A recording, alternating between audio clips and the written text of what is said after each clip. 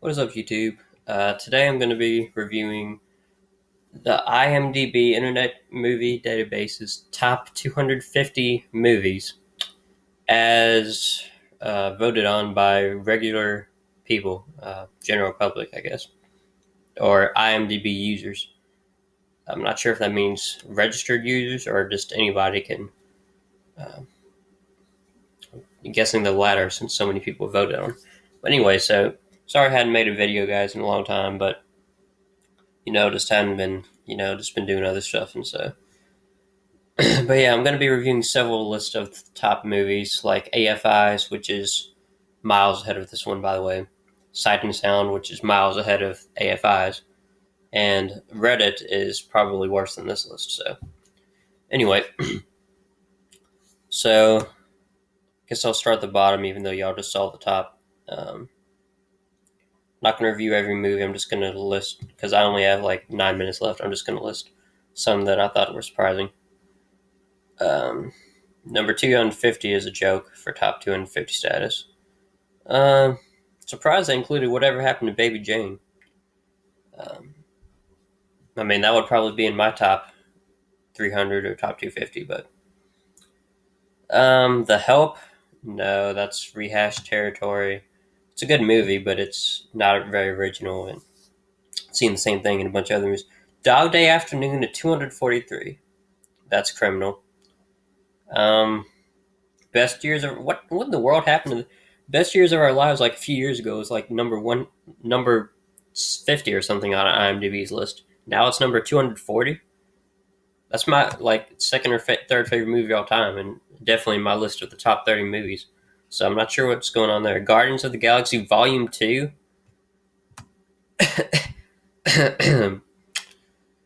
Jaws is too low. Barry Lyndon 8.5. That should probably be in the top 50. I mean, looking at the list, you see that it's definitely skewed toward more recent movies made within the last generally 40 years or so. Now, of course, there's some classics listed on here because I guess they felt like they had to include some classics or they didn't want to look like a complete failure. Um,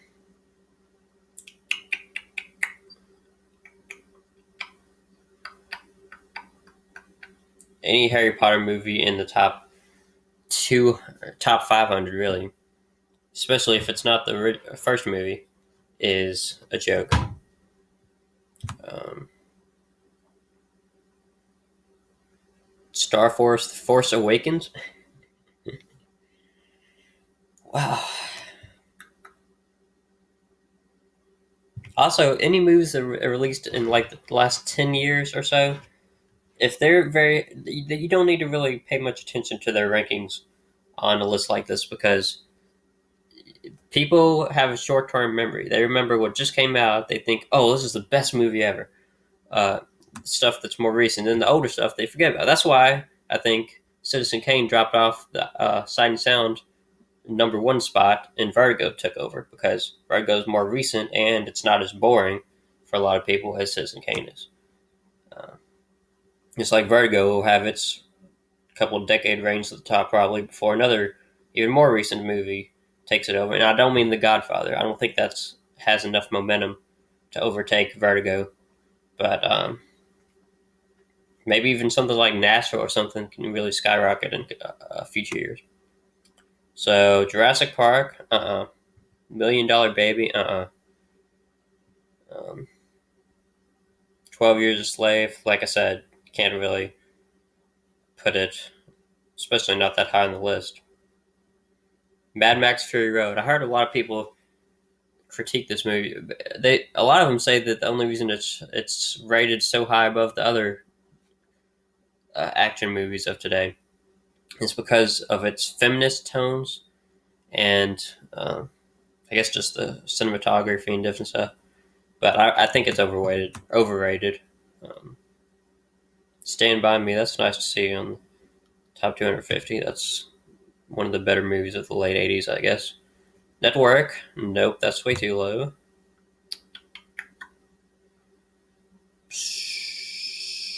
If you're gonna have two, holy crap, Most people would not have two Monty Python movies in the top 250, but Gone Girl, I think CinemaSins destroyed that film. Any Kill Bill movie on the list? Nuh-uh. How to Train Your Dragon? Nah. Um,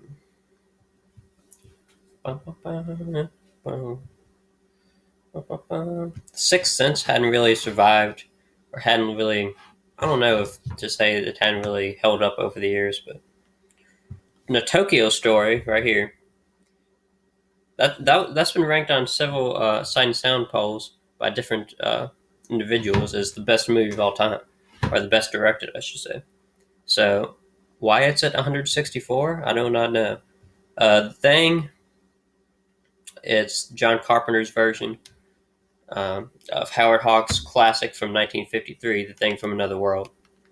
Thing from Another World is, of course, miles ahead of this movie. This movie is still a good movie for horror or slasher movie of the 80s, but does not probably deserve to be this high and ahead of the original. I can kind of see Gone with the Wind at this position because critical opinion of it has fallen. Deer Hunter, way too low. Just gonna go quickly here. Room, yeah, that's definitely been rising up the list lately. I think that's one of the better movies of the last few years. Chinatown at 128. Don't even need to say anything about that. Third Man at 123.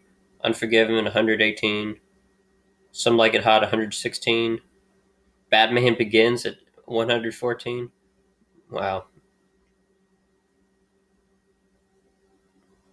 By the way, I already had a good idea what this list would look like, as I saw um, some other YouTubers review of like a 2015 list. So, Singing in the Rain? No, that's way too low.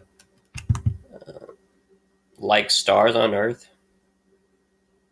Emily, that's probably one of the most overrated foreign film of all time. That's way too low. Braveheart? What a load of shit. I mean, that's absolute shit. Here we go.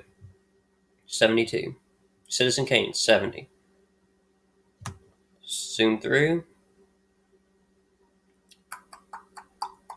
Like I said, the boring movies are not going to be too close to the top. So,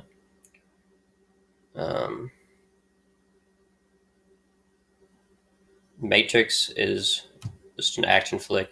It had a lot of potential, but it really hadn't held up much over the years. Yeah, there was One Flew Over the Cuckoo's Nest.